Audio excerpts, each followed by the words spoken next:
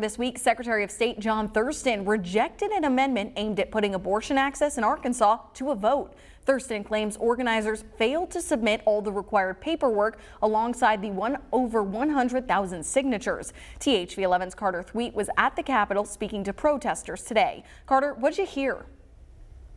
Sarah, it's basically turned into a he said, she said situation. On Thursday, Arkansans for Limited Government, which is the group behind the amendment, released a letter saying they did submit the proper paperwork to the Secretary of State's office, even claiming they did so multiple times. On Saturday, protesters gathered to make this claim once again.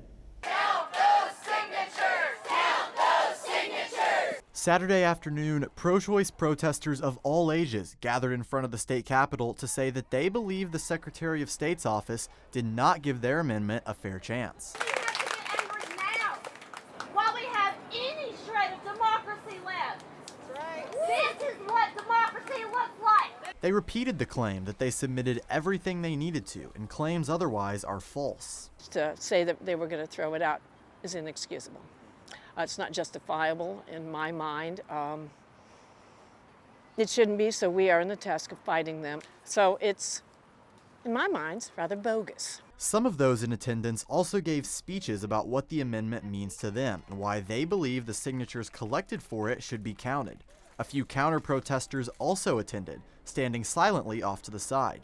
Jerry Cox with the Family Council Action Committee is among those who does not support the amendment, but says he wasn't there partially because he sees the protest as unnecessary. The chants about counting signatures and so forth really are missing the point, because if you do not follow the law when you submit your signatures, then they're not going to be counted.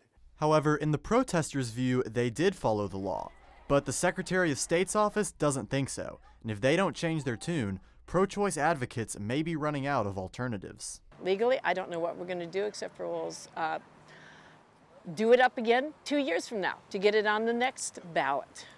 Secretary of State's office did recently reaffirm the letter it originally sent on July 10th, saying that the sponsors of the amendment failed to comply with all the requirements. For more on that, as well as the sponsors' full statement pushing back, you can visit our website, thv11.com.